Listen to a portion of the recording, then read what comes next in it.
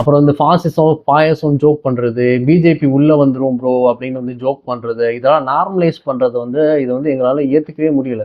உங்க அரசியல் எதிரின்னு சொல்லி ஒருத்தவங்கள நீங்க கடுமையா விமர்சிக்கிறீங்க அப்படின்னா, நீங்க வந்து கொள்கை எதிரிய வந்து நீங்க வந்து டவுன் ப்ளே பண்றது அப்படிங்கிறது, இது வந்து உங்க தொண்டர்களுக்கு எப்படி போய் எடுத்துட்டு போகுது அப்படின்னா, பிஜேபிய விட இது வந்து டிஎம்கே வந்து ரொம்ப டேஞ்சரஸான கட்சிப்பா. நீங்க வந்து ஈக்குவல் சேம் இதுல கூட நீங்க வைக்கல. நீங்க எப்படி உங்க தொண்டர்களுக்கு, உங்க ரசிகர்களுக்கு நீங்க கன்வே பண்றீங்க அப்படின்னா, 2மே வந்து பிஜேபியோட டிஎம்கே ரொம்ப டேஞ்சரஸ்ப்பா இங்க. கேட்டா வந்து இங்க ஆளும் கட்சி வந்து திமுக தானாம்.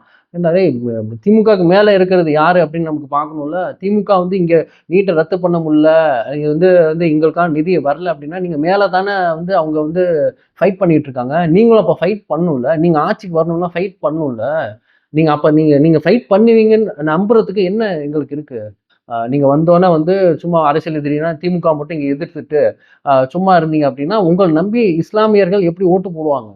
அங்கேயும் நீங்க ஃபைட் பண்ணா தானே இங்க இருக்கிற இஸ்லாமியர்கள் ஓட்டு போடுவாங்க.